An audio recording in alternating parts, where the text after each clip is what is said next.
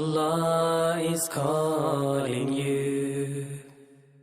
Allah is calling you, calling you to say His name. Allah is calling you. السلام علیکم ورحمۃ اللہ وبرکاتہ۔ مجھے امید ہے کہ آپ سب صحت، ایمان اور تقوی کی بہترین حالتوں میں ہوں گے انشاءاللہ۔ الحمدللہ ہم نے رکوع نمبر 5 پارہ نمبر 2 کا آیت نمبر 172 تک دیکھ لیا تھا، تو انشاءاللہ ہم نیکسٹ دیکھتے ہیں۔ اعوذ باللہ من الشیطان الرجیم، بسم اللہ الرحمن الرحیم۔ ربی شرح لی صدری ویسر لی امری واحلل عقدۃ من لسانی یفقہوا قولی رب زدنی علما۔ آمین ثم آمین۔ ہم نے دیکھا تھا کہ اے لوگوں جو ایمان لائے ہو، پاکیزہ چیزوں میں سے کھاؤ جو ہم نے تمہیں عطا کی ہیں، اور اللہ تعالیٰ کا شکر ادا کرو اگر تم صرف اسی کی عبادت کرتے ہو۔ یعنی اللہ تعالیٰ نے ہمیں پاکیزہ چیزیں کھانے کا حکم دیا ہے۔ اب نیکسٹ والی جو آیت ہے اس میں ہم دیکھیں گے کہ اللہ تعالیٰ نے کن کن چیزوں کو حرام قرار دیا ہے۔ انما بلا شبہ حرما، اس نے حرام کر رکھا ہے، علیکم تم پر، المیتۃ مردار، والدم اور خون، ولحم اور گوشت، الخنزیر سور کا، وما اور جو اخلا نام پکارا جائے، بہی جس پر، لغیر اللہ غیر اللہ کا، فمنی پھر جو شخص، اضطر مجبور کر دیا جائے، غیر باغن نہ بغاوت کرنے والا ہو، ولا اور نہ عادن حد سے بڑھنے والا، فلا تو نہیں، اسم کوئی گناہ، علیہ اس پر، انا یقیناً اللہ اللہ تعالیٰ، غفور بے حد بخشنے والا ہے، رحیم نہایت رحم کرنے والا ہے۔ بلا شبہ یقیناً اللہ تعالیٰ نے تم پر حرام کر رکھا ہے۔ اب اللہ تعالیٰ نے اس آیت میں 4 چیزوں کو حرام کیا ہے۔ کون کون سی ہیں؟ مردار، خون، سور کا گوشت، اور ہر وہ چیز جس پر غیر اللہ کا نام پکارا جائے۔ ٹھیک ہے، اب سب سے پہلی چیز ہے مردار، یعنی کوئی بھی جانور جو مر چکا ہے۔ جانوروں کو ایسے ہم ذبح کر کے کھاتے ہیں، لیکن کسی بھی جانور کو اگر بیماری ہے یا اس کو کوئی چوٹ آئی تھی یا کسی دوسرے جانور نے اس کو مار دیا ہے، تو پھر ہم اس جانور کو نہیں کھائیں گے کیونکہ وہ مردار ہے۔ ہمیں حدیث سے یہ بات پتہ چلتی ہے کہ ہمارے لیے 2 مردار جو ہیں ان کو حلال کر دیا گیا ہے۔ کون سے؟ مچھلی اور ٹڈی، ان 2 کو اللہ تعالیٰ نے، یہ مردار ہیں۔ آپ نے دیکھا ہوگا جب مچھلی ہم گھر میں لے کے آتے ہیں تو ہم اس کو ذبح نہیں کرتے، ہم اس کو ایسے ہی پکا کے کھا لیتے ہیں، کاٹ کے اس کا گوشت بناتے ہیں اور کھا لیتے ہیں، حالانکہ وہ تو مردار ہوتی ہے، جب اسے پانی سے باہر نکالیں وہ فوراً مر جاتی ہے، لیکن اس کو کہتے ہیں کہ وہ ذبح ہو گئی ہے۔ تو یہ اللہ تعالیٰ نے ہمیں طریقہ بتایا ہے، ٹھیک ہے، مچھلی اور ٹڈی۔ اور اسی طرح سے اللہ تعالیٰ نے کہا کہ خون، اب جو خون ہے، آپ کو پتہ ہے جب عرب میں قرآن نازل ہوا تھا تو اس سے پہلے عرب کے لوگ خون، بہتا ہوا خون جو تھا اس کو استعمال کرتے تھے۔ خون جو ہے نا، اس کو اگر کسی جگہ پہ کسی برتن میں یا کہیں بھی آپ نے دیکھا ہو، اگر کسی کا خون تھوڑا سا بھی بہہ جائے تو وہ وہیں پر جم جاتا ہے، تو وہ جمع ہوا خون اس کو بھون کر کھاتے تھے۔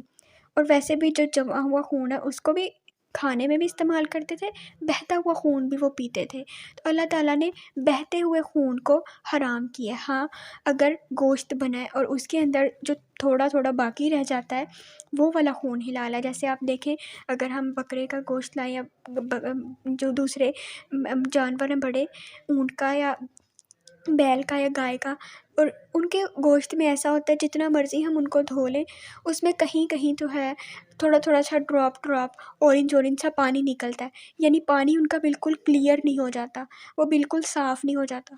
تو اس لیے اللہ تعالیٰ نے کہا کہ جو گوشت کے ساتھ رہ جائے وہ خون ہم استعمال کریں گے، لیکن کون سا والا خون؟ بہتا ہوا خون۔ اور سور کا گوشت، پگ، اس کے گوشت میں ایک ایسا ورم بنتا ہے جس کی وجہ سے انسان کو بہت زیادہ نقصان پہنچتا ہے، اس کی صحت بہت متاثر ہوتی ہے۔ اور جن ملکوں میں یہ کھایا جاتا ہے وہ لوگ اس بات کو ریسرچ میں لے کے آ رہے ہیں کہ اس کے گوشت کے کھانے کی وجہ سے بہت سی بیماریاں پھیلتی ہیں. تو اللہ تعالیٰ نے اس جانور کو پہلے سے ہی حرام کر دیا. اور اللہ تعالیٰ نے اس کے بعد کیا بتایا کہ جس چیز پر غیر اللہ کا نام پکارا جائے، یعنی اللہ تعالیٰ کے سوا ہم کسی اور کا نام لے لیتے ہیں یا اللہ کے ساتھ کسی اور کا نام لے لیتے ہیں، تو وہ گوشت ہم پہ حلال نہیں ہے. جیسے پہلے اسلام سے پہلے ایسا ہوتا تھا کہ جو لوگ بت پرستی کرتے تھے اور اسلام کے اللہ تعالیٰ کے سوا دوسروں کو بھی معبود مانتے تھے، وہ کیا کرتے تھے؟ اپنے بتوں کے نام پہ جانور کی قربانی کرتے تھے. اور اپنے بتوں کا یا جن کے نام کی قربانی کی جا رہی ہے، اپنے جو سردار ہوتے تھے ان کا نام پکار کے پھر اس جانور کی قربانی دی جاتی تھی، اور انسانوں کی بھی بلی دی جاتی تھی، اور انسانوں کو بھی ایسے قربان کیا جاتا تھا. تو اللہ تعالیٰ نے اس لیے کہا ہے کہ جب بھی کوئی چیز قربان کرنی ہے یا ذبح کرنی ہے تو اس سے پہلے اللہ کا نام لینا ہے. جب بھی قربانی کی جائے تو ہم کیا کہتے ہیں؟ بسم اللہ، اللہ اکبر، کہ اللہ تعالیٰ سب سے بڑا ہے، اسی کی بڑائی کے لیے ہم اس جانور کو قربان کر رہے ہیں.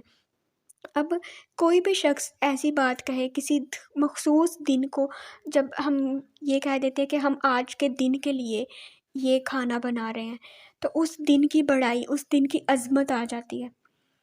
ایسے تو ہم روز جتنے مرضی کھانے بنائیں اور کھائیں روٹین میں، لیکن جب ہم کسی خاص دن پہ ایسا کرتے ہیں نا کہ یہ اس دن کا کھانا ہے، جیسے 11ویں ہے، 12ویں ہے، 40واں ہے، 10واں ہے، یہ ہمیں حدیث میں نہیں ملتا، نہ ہی قرآن میں ملتا ہے. اور اس میں نیت تو سب کی خالص ہے کہ سب کچھ اللہ کے لیے کیا جا رہا ہے، لیکن فرق کہاں آ جاتا ہے؟ ہم اسپیسیفک کر دیتے ہیں دن کو. جب دن کو اسپیسیفائی کر دیا، مخصوص کر دیا کہ آج کے دن یہ ہوگا، تو پھر دن کی عظمت اور دن کی بڑائی آ جاتی ہے. اللہ کی بڑائی تو ہے لیکن ساتھ دن کی بھی شامل ہو گئی ہے، تو پھر وہ چیز بھی حرام ہے. اور اللہ تعالیٰ نے اس چیز کو بطور یہ کہا ہے لغیر اللہ، غیر اللہ جو ہے اللہ کے سوا ہر چیز غیر اللہ، ہر چیز، ہر نبی، ہر انسان، ہر جانور، ہر بت، ہر چیز، ہمارا اپنا نفس بھی، ہماری اپنی خواہش بھی غیر اللہ میں آتی ہے. تو اللہ تعالیٰ کا نام پکارنا ہے. اب بہت سے لوگ ایسے ہیں جو باہر کی کنٹریز میں رہتے ہیں، ایسی کنٹریز جو مسلم نہیں ہیں، وہاں پہ بہت سے لوگ جب گوشت وغیرہ لینے جاتے ہیں تو وہ کہتے ہیں کہ نہیں، یہ بکرے کا گوشت ہے، یہ مرغی کا گوشت ہے، یا جو بھی ہے حلال ہے یہ میٹ. لیکن ان کو یہ نہیں پتہ کہ جس نے اس کو ذبح کیا ہے کیا اس نے اللہ کا نام لیا. اگر ہم کسی کا بھی نام نہ لیں، اللہ کا بھی نہ لیں، تب بھی وہ گوشت ہمارے لیے حلال نہیں ہوگا. کیوں؟ کیونکہ اللہ نے کہا کہ اللہ کے سوا کسی اور کا نام پکارا جائے. اللہ کا نام لینا بہت ضروری ہے. تو اس چیز کا خاص طور پہ دھیان رکھنا چاہیے. خود بھی جب گھر میں کوئی چیز خود ذبح کر رہے ہیں، بہتر تو یہی ہے کہ آپ خود ذبح کریں، یا جس سے بھی گوشت لے کے آ رہے ہیں اس کو کہیں کہ ہمارے سامنے ذبح کرو. اور اگر یہ ممکن نہیں ہے تو پھر جس سے آپ نے گوشت لیا ہے اس سے اس بات کی کنفرمیشن کر لینی چاہیے. اگر آپ کو نہیں پتہ، آپ نے انجانے میں کھا لیا ہے، تب کوئی اس میں گناہ نہیں ہے کہ آپ نے انجانے میں کھا لیا. لیکن جب آپ کو اس بات کا پتہ چل گیا پھر نہیں کھانا. پھر جو شخص مجبور کر دیا جائے اس حال میں کہ نہ وہ بغاوت کرنے والا ہو اور نہ وہ حد سے بڑھنے والا ہو، تو اس پر کوئی گناہ نہیں. یقیناً اللہ تعالیٰ بے حد بخشنے والا، نہایت رحم کرنے والا ہے. یعنی اگر کوئی شخص مجبور کیا جائے، یعنی کسی کو زبردستی کھلایا جا رہا ہے. اب نان مسلم کنٹریز میں جو مسلمان قید میں ہوتے ہیں ان کو زبردستی وہ پگ کا گوشت کھلاتے ہیں، اور جو حرام چیزیں وہ کھلاتے ہیں، شرابیں پلاتے ہیں ان کو زبردستی. ان کو مجبور کیا گیا ہے، اگر وہ نہیں کھائیں گے تو مر جائیں گے. تو پھر اللہ تعالیٰ نے یہ نہیں کہا کہ تم نے بھوکے رہ کے مر جانا ہے، بلکہ اللہ تعالیٰ نے آسانی کی ہے. اللہ تعالیٰ نے کیا کہا ہے کہ اگر کوئی شخص مجبور کر دیا جائے تو پھر وہ کھا سکتا ہے. اگر اس کو یہ اوپر والی ساری چیزوں میں سے بھی کچھ دیا جا رہا ہے تو پھر وہ بھی کھا سکتا ہے، لیکن اس حال میں کہ وہ نہ بغاوت کرنے والا ہو نہ ہی حد سے بڑھنے والا ہو. یعنی بغاوت سے مراد یہ کہ اگر وہ اسے آزادی دے دی جائے تو اپنی مرضی سے بھی جان بوجھ کے وہ حرام کھائے. اور حد سے بڑھنے والا یعنی اللہ تعالیٰ کی نافرمانی کرنے والا نہ ہو. عادن، قوم عاد تھی نا جو حد سے گزرنے والی تھی، اللہ تعالیٰ نے یہاں پہ بھی وہی ورڈ یوز کیا ہے کہ ہمیں اس چیز کا اندازہ ہو کہ حد سے نہیں بڑھنا، نافرمانی نہیں کرنی گناہ میں. تو یقیناً اللہ تعالیٰ بے حد بخشنے والا، نہایت رحم کرنے والا، کہ اللہ تعالیٰ نے اپنی غفور ہونے کا شعور دیا ہے کہ اللہ تعالیٰ بڑا رحم کرنے والا ہے، بخشنے والا ہے۔ وہ ہمارے گناہوں کو اگر ہم لوگ مجبور کیے گئے ہیں اور پھر ہم سے کوئی گناہ ہوا ہے تو اللہ تعالیٰ بخشنے والا ہے، رحم کرنے والا ہے، اللہ تعالیٰ ہمارے لیے آسانی کرنے والا ہے۔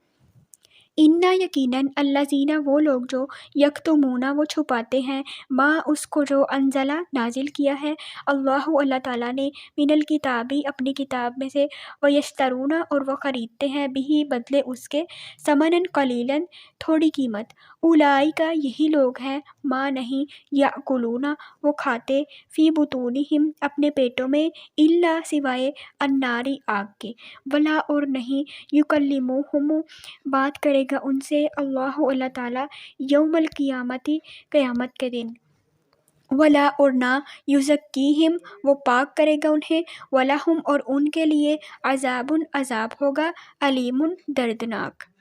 اب اللہ تعالیٰ نے یہاں پہ ہمیں کیا بتایا ہے کہ یقیناً وہ لوگ جو چھپاتے ہیں اس کو جو اللہ تعالیٰ نے اپنی کتاب میں نازل کیا ہے اور اس کے بدلے میں وہ تھوڑی سی قیمت حاصل کرتے ہیں، یعنی بہت سے لوگ اللہ تعالیٰ کے احکامات کو جانتے ہیں لیکن وہ چھپا لیتے ہیں۔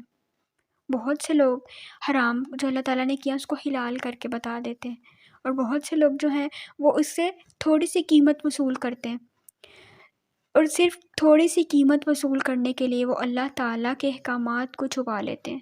تو اس میں بڑی وعید ہے، ہمارے لیے بھی ہے کہ کہیں ہم تو نہیں ایسے، کہیں ہم ان لوگوں میں تو نہیں جو اللہ تعالیٰ کی کتاب کو پڑھتے ہیں، احکامات کو پڑھتے ہیں اور پھر چھپا لیتے ہیں، صرف اس لیے کہ کہیں کوئی ہمیں برا نہ سمجھے، کوئی ہم سے ناراض نہ ہو، کسی کو برا نہ لگ جائے۔